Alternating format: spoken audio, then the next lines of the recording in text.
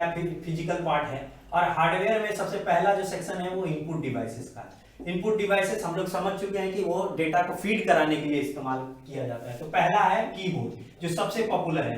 Keyboard में बहुत सारे टाइपराइटर टाइप का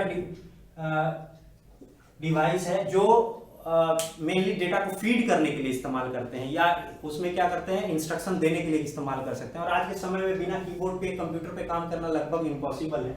तो कीबोर्ड में क्या होता है कि कीज होता है बहुत सारा। तो इसमें जनरली इसके कीज को हम लोग डिवाइड करते हैं 5-6 कैटेगरी में। पहला है अल्फा न्यूमेरिक की। अल्फा न्यूमेरिक में क्या होता है कि नाम से ही पता चलता है, इसमें क्या होगा कि A to Z और 0 to 9 जो है वो कुछ सिंबल्स इसके साथ होते हैं। दूसरा हो जाता है न्यूमेरिक की, जो हमारे कीबोर्ड के राइट साइड में होता है। राइट साइड में हमारा क्या होगा कि 0 to 9 और प्लस माइनस मल्टीप्लाई डिवाइड ये सब कुछ जो होता है कीज होता है। तो तीसरा ग्रुप ऑफ कीज होता है वो होता है फंक्शन कीज। कीबोर्ड के ऊपर में, सबसे ऊपर में देखेंगे तो उसमें F1 से लेकर के F12 तक कीज जो होते हैं वो फंक्शन कीज होते हैं। और फंक्शन कीज का काम क्या होता है, इन्वायरमेंट टू इन्वायरमेंट इसका काम बदल सकता है। हो सकता है टैली में F1 कुछ और काम करता होगा, वर्ड में कुछ और काम करेगा, एक्सेल में कुछ और काम करेगा, पावर पॉइंट, मतलब इसका टास्क जो है फिक्स नहीं है, वो चेंज हो सकता है। चौथा जो हमारा टाइप ऑफ कीज है वो स्पेशल पर्पस की, मतलब ये कुछ खास काम करता है, जैसे कंट्रोल की या शिफ्ट की या स्पेस बार की या डिलीट की या बैक स्पेस की। तो ये सब कीज जो है इसका खास काम है जो किसी भी परिस्थिति में चेंज नहीं होगा, मतलब इन्वायरमेंट टू इन्वायरमेंट जो काम है उसका वही काम है। डिलीट का काम, जो डिलीट है वो किसी भी इन्वायरमेंट में जाइएगा, आइटम को सेलेक्ट करके आप डिलीट मारिएगा वो डिलीट हो जाएगा। तो स्पेशल पर्पस की का काम बदलता नहीं है, लेकिन फंक्शन की का काम इन्वायरमेंट टू इन्वायरमेंट चेंज हो सकता है। इसके अलावा एरो कीज है। एरो कीज 4 एरो की, हमारा left arrow, right arrow, up arrow, down arrow, navigation के लिए इस्तेमाल करते हैं, इधर उधर मूव करना है। और कुछ मल्टीमीडिया कीबोर्ड्स में मल्टीमीडिया कीज भी होते हैं। मल्टीमीडिया कीज का काम क्या होता है, वीडियो, ऑडियो या ग्राफिक्स में कुछ काम करना है, स्क्रीन का मतलब साउंड को कंट्रोल करना है, तो इन सारे चीज को कंट्रोल करने के लिए हमारा मल्टीमीडिया कीज होता है। कीबोर्ड जनरली पहले क्या होता था कि हमारा मैकेनिकल कीबोर्ड होता था, इलेक्ट्रोमैकेनिकल, लेकिन अब का कीबोर्ड क्या होता है, एकदम टच पैड वाला कीबोर्ड आता है। तो कीबोर्ड हमारा इलेक्ट्रोमैकेनिकल भी हो सकता है, इलेक्ट्रॉनिक भी हो सकता है, और अब तो कुछ ऑप्टिकल भी आने लगा है। तो इस तरह से हमारा कीबोर्ड की हो जाता है। दूसरा है माउस। माउस एक पॉइंटिंग डिवाइस है, पॉइंटिंग इनपुट डिवाइस है। इसका काम होता है कर्सर को स्क्रीन पे कंट्रोल करना। स्क्रीन पे कर्सर जो मूव करता है, इसके हेल्प से हम लोग इंस्ट्रक्शंस आसानी से कंप्यूटर को दे सकते हैं। स्क्रीन के अंदर जो कर्सर मूव कर रहा है, तो ये भी 2 तरह का होता है। मैकेनिकल माउस होता है, मैकेनिकल अब नहीं आता, पहले माउस के नीचे में एक बॉल लगा हुआ आता था, नीचे में बॉल को जैसे जैसे मूव कराते थे, बॉल के मूवमेंट के आधार पे कर्सर का मूवमेंट कंट्रोल होता था। और दूसरा अब जो आता है वो ऑप्टिकल माउस आता है। तो ऑप्टिकल माउस में नीचे लाइट रहता है, लाइट जैसे जैसे मूव करता है, लाइट के मूवमेंट के आधार पे कर्सर का मूवमेंट को डिटेक्ट करके सिस्टम को वो माउस भेजता है। तो इसमें 3 तरह के कीज होते हैं, जो भी माउस होगा ये 3 होगा। एक लेफ्ट होता है, राइट होता है और स्क्रॉल होता है। लेफ्ट का काम होता है कि जैसे किसी चीज को सेलेक्ट करेंगे तो वो सिलेक्शन के लिए लेफ्ट इस्तेमाल होगा, और किसी पे राइट क्लिक कर देंगे तो उसमें मेनूज खुल जाएगा, जो जो उसमें काम मतलब ऑपरेशन पॉसिबल है वो दिखा देगा राइट की। किसी भी आइटम में जब कहीं भी आप सिस्टम में काम करते वक्त फंस जाए तो बस उसका राइट, उसको सेलेक्ट करके राइट की दबा देना है, तो उससे रिलेटेड जो भी ऑपरेशंस होंगे वो वहां डिस्प्ले हो जाएगा। सिलेक्शन के लिए लेफ्ट। स्क्रॉल का काम होता है ऊपर से नीचे स्क्रॉल करना है, आप ऊपर जाना है, नीचे जाना है, तो स्क्रॉल की का इस्तेमाल करते हैं। तो इस तरह से हमारा माउस जो है काम करता है। माउस एक तरह का इनपुट, पॉइंटिंग इनपुट डिवाइस है। अगर हम लोग यही चीज देखेंगे, अगर लैपटॉप में देखेंगे तो लैपटॉप में उसके जगह पे टच पैड आता है, जो माउस काम करता है वही काम यहाँ पे टच पैड करता है। तो इसमें भी cursor control, pointing input device. इसके अलावा लाइट पेन आप इनपुट डिवाइसेस के रूप में इस्तेमाल कर सकते हैं। लाइट पेन क्या होता है कि इसी तरह का पेन टाइप, इसमें क्या होता है कि केबल लगा रहता है, स्क्रीन के ऊपर आप जैसे जैसे उसको मूव करेंगे वैसा वैसा इमेज स्क्रीन के अंदर ड्रॉ होता जाएगा। एक्चुअली क्या होता है कि पूरा स्क्रीन ड्रॉ कॉलम में डिवाइडेड होता है, कोऑर्डिनेट्स होता है इसका। जैसे ही हम कर्सर को मूव कराते हैं, ये कर्सर का पेन क्या करता है, लाइट को डिटेक्ट करता है, इसके अंदर फोटो सेंसिटिव सेल लगा हुआ है, वो लाइट को डिटेक्ट करके उसका कोऑर्डिनेट्स को सीपीयू को भेजता है। सीपीयू उसी जैसे जैसे वो मूव होता है, सीपीयू उसी जगह पे हमारा क्या होता है, इमेज को ड्रॉ किया जाता है। तो मेनली ड्राइंग या आर्ट में हमारा लाइट पेन काफी ज्यादा इस्तेमाल होता है। तो ये भी एक तरह का इनपुट डिवाइस है जो हम लोग ड्राइंग पर्पस के लिए और आर्ट के लिए हम लोग इस्तेमाल करते हैं। इसके अलावा होता है जॉयस्टिक। जॉयस्टिक जो है था एक डंडा टाइप का होता है इस तरह से, और जब ये ग्लाइडर पर 180 डिग्री में इसको मूव करा सकते हैं। इसको ग्लाइडर रोबोटिक कंट्रोल या गेमिंग वगैरह में इस्तेमाल करते हैं किसी को मूवमेंट को कंट्रोल वगैरह करने के लिए। तो ये 180 डिग्री तक आसानी से जॉयस्टिक हमारा मूव कर सकता है। तो गेमिंग, रोबोटिक्स, कंट्रोल ये सब में इस्तेमाल होता है। इसके अलावा जो होता है जॉयस्टिक के अलावा हम लोग इस्तेमाल करते हैं ट्रैकर बॉल। ट्रैकर बॉल पहले के लैपटॉप्स में आता था टच पैड के जगह पे, वहां पे एक बॉल टाइप का स्ट्रक्चर आता था। बॉल के मूवमेंट को के आधार पे हम लोग उसको कंट्रोल करते थे। तो इस तरह से इसके अलावा भी माइक है, बहुत सारे और भी तरह के इनपुट डिवाइसेस हैं जो इस्तेमाल होते हैं। जैसे कैमरा हो गया, वो भी एक तरह का इनपुट डिवाइस है। तो बहुत सारे तरह का इनपुट डिवाइस आजकल के समय में इस्तेमाल हो रहा है। विदाउट इनपुट डिवाइसेस के हम कंप्यूटर को इंस्ट्रक्शन नहीं दे सकते थे। लेकिन हम लोग पहले पढ़े थे कि जनरेशन ऑफ कंप्यूटर में 3rd जनरेशन में ही कीबोर्ड, माउस ये सब हमारा इंप्लीमेंट हुआ। उसके पहले पंच कार्ड इस्तेमाल होता था। पंच कार्ड मतलब एक स्केल आप लोग देखे होंगे, स्केल में पहले आता था यहाँ ABCD गड्ढा गड्ढा टाइप का रहता था। तो इसी तरह का कुछ कार्ड बना रहता था जिसमें कुछ इंग्रेव किया हुआ रहता था, वो इनपुट के रूप में डाल देते थे और सिस्टम क्या करता था, प्रोसेस करके, और जो फाइनल आउटपुट आता था उसी तरह का पंच कार्ड पे, मतलब इनपुट आउटपुट के रूप में पंच कार्ड से इस्तेमाल होता था। तो इस तरह से हमारा इनपुट डिवाइसेस काम करता है। हम लोग डिस्कस कर चुके हैं इनपुट डिवाइसेस के बारे में, keyboard, mouse, touch pad, tracker ball, joystick, light pen.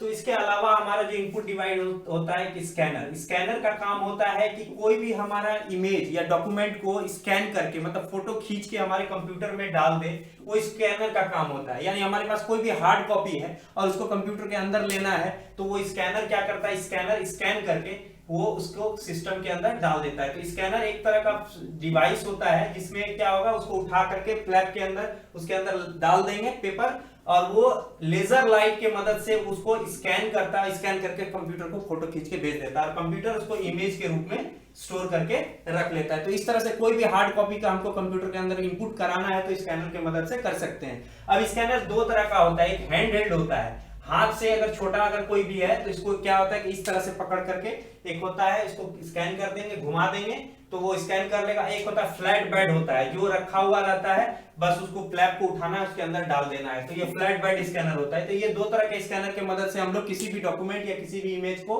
Computer के अंदर डाल सकते हैं। इसके अलावा कैमरा, आप जानते हैं हम लोग कोई भी हमारा कैमरा है, सर्किट कैमरा है या कोई भी हमारा हाथ वाला कैमरा है या मोबाइल का कैमरा है, ये भी एक तरह का इनपुट का काम करता है।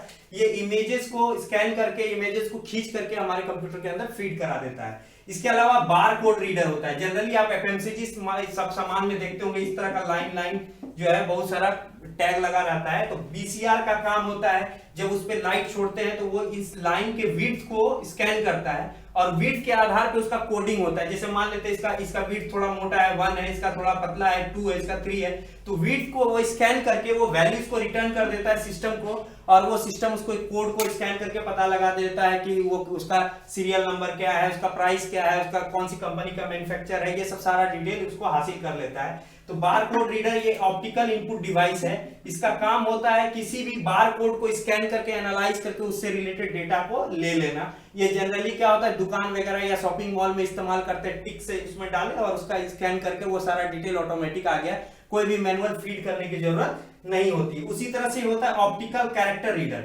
Optical character recognition. इसका काम क्या होता है कि कैरेक्टर्स को आइडेंटिफाई करते हैं। जो हम लोग लिखते हैं, जैसे हैंड से कुछ लिख लिए BAL, तो इसका काम होता है इन कैरेक्टर्स को आइडेंटिफाई करना। ये भी लाइट ऑप्टिकल सेंसर ही इस्तेमाल करता है इसको यूज करने के लिए। इसके अलावा होता है OMR, ऑप्टिकल मार्क रिकॉग्निशन।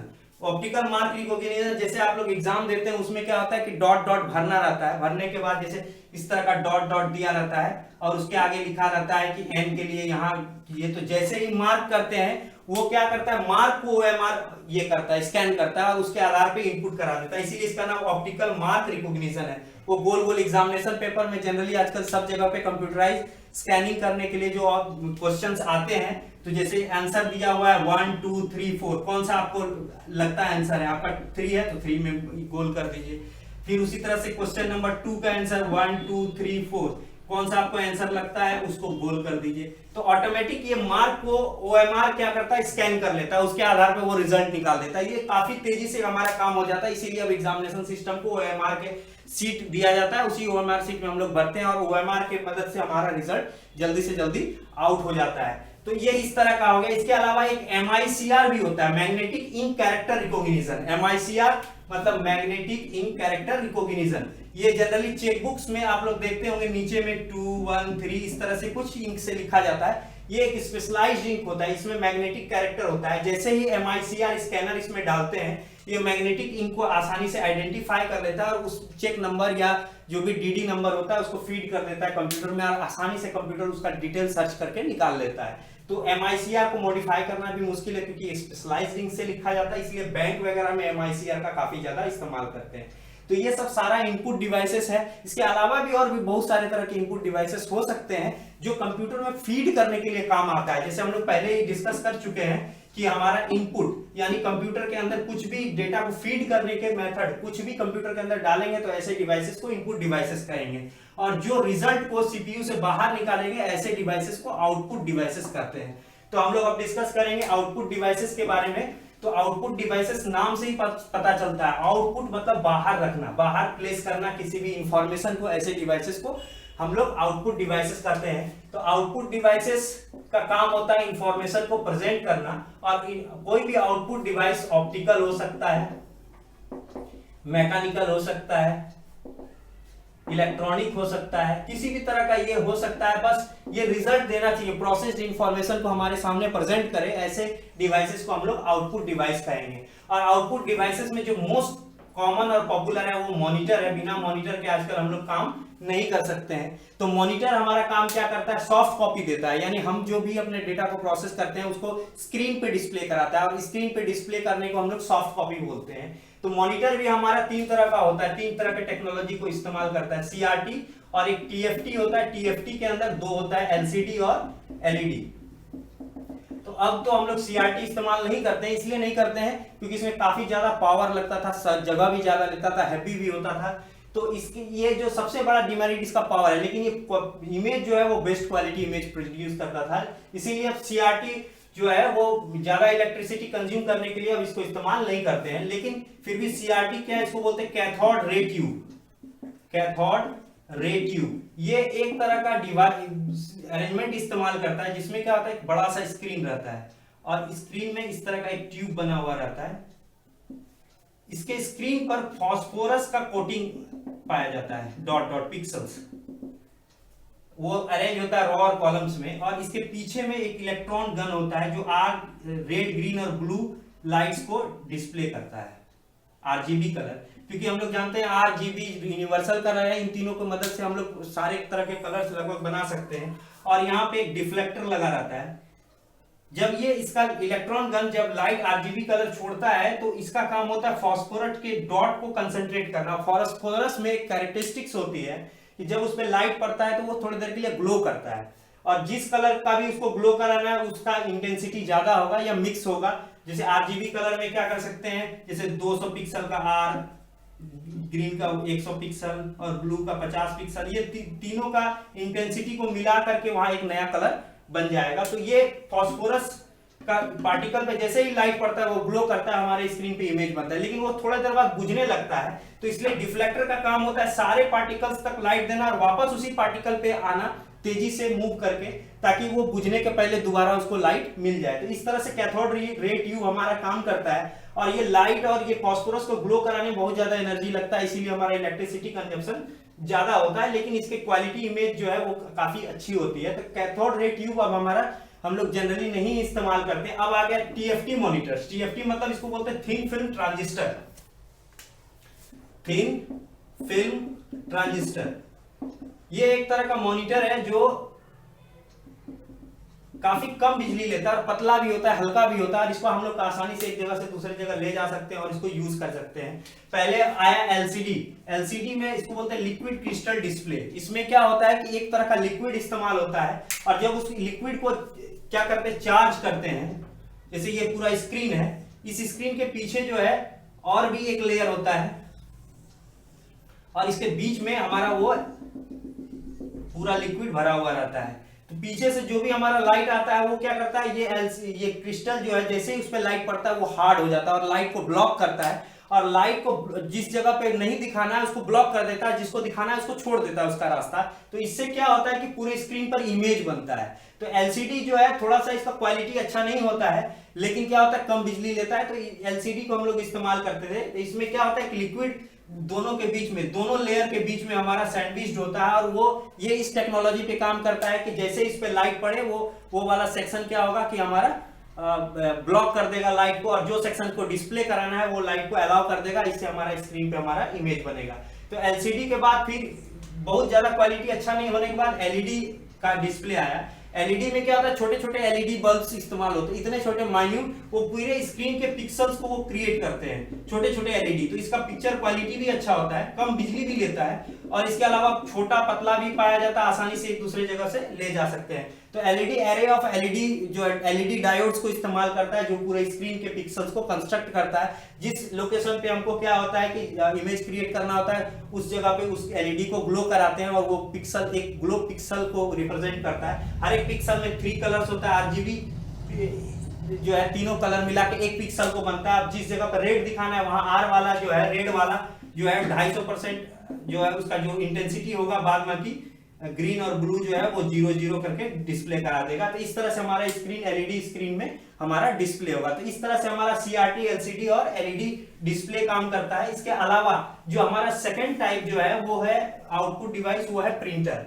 तो प्रिंटर हम लोग जानते हैं कि ये हार्ड कॉपी प्रेजेंट करता है, हार्ड कॉपी, और मॉनिटर क्या करता है, सॉफ्ट कॉपी को प्रेजेंट करता है। हम लोग अगर पेपर पे प्रिंटेड आउटपुट चाहिए तो हम लोग प्रिंटर का इस्तेमाल करते हैं। अब प्रिंटर भी क्या हो सकता है, 2 तरह का हो सकता है। इंपैक्ट प्रिंटर, इसमें क्या होता है कि प्रिंटिंग मैकेनिज्म, जैसे ये हमारा राइटिंग मैकेनिज्म ये पेन है और जिसपे लिख रहे हैं वो बोर्ड है, उसी तरह से प्रिंटिंग मैकेनिज्म जिस चीज से लिखेंगे प्रिंटर में और पेपर पे जो प्रिंट होगा, उन दोनों के बीच में डायरेक्ट कांटेक्ट होता है। तो ऐसे प्रिंटर को इंपैक्ट प्रिंटर बोलते हैं। जैसे ये इसमें और मार्कर में और ये बोर्ड में डायरेक्ट टच हो रहा है, तो इसीलिए इसको इंपैक्ट सिस्टम बोलेंगे। उसी तरह से हमारा जो जैसे एक एग्जांपल है डॉट मैट्रिक्स प्रिंटर है, लाइन प्रिंटर है।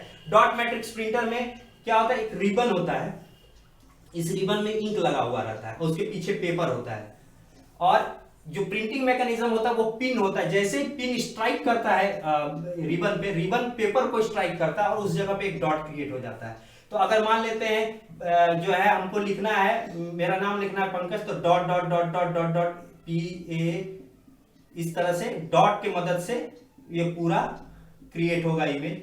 तो इसीलिए इसको डॉट मैट्रिक्स प्रिंटर बोलते हैं। और जनरली ये रेलवे स्टेशन वगैरह में जो टिकट काटने के लिए इस्तेमाल होता है, इसलिए इस्तेमाल होता है क्योंकि इसमें मेंटेनेंस कॉस्ट काफी कम होता है, काफी कम खर्चे में हमारा प्रिंट आउट निकल जाता है। लेकिन क्या होता है, ये बेस्ट क्वालिटी इमेज को प्रोड्यूस नहीं करता है। तो ऐसे जगह पे इंपैक्ट प्रिंटर यानी जो है हमारा डॉट मैट्रिक्स प्रिंटर का इस्तेमाल करते हैं, जहां पर बहुत ज्यादा बल्क में प्रिंट होना है और क्वालिटी बहुत ज्यादा मायने नहीं रखता हो, तो वहां पे डॉट मैट्रिक्स प्रिंटर हम लोग इस्तेमाल करेंगे। इसके अलावा दूसरे टाइप का जो प्रिंटर है वो है non impact printer. Non impact printer का मतलब है ऐसा प्रिंटर जिसमें प्रिंटिंग मैकेनिज्म और पेपर के बीच में कोई कांटेक्ट नहीं होगा। जैसे हम लोग क्या करेंगे, एक स्प्रेयर लाएंगे, स्प्रे कर देंगे इनको, तो हमारा हैंड या राइटिंग मैकेनिज्म और पेपर बोर्ड के बीच में कोई भी कांटेक्ट नहीं हुआ, ऐसे मैकेनिज्म को नॉन इंपैक्ट बोलेंगे। इसी तरह से काम करता है हमारा जो है वो इंकजेट प्रिंटर। इसमें क्या होता है, एक कार्ट्रिज होता है इस तरह का, इसमें इंक भरा रहता है। जनरली 2 तरह का कार्ट्रिज होता है, एक ब्लैक और एक होता है RGB कलर का, रेड ग्रीन ब्लू कलर बोलते हैं।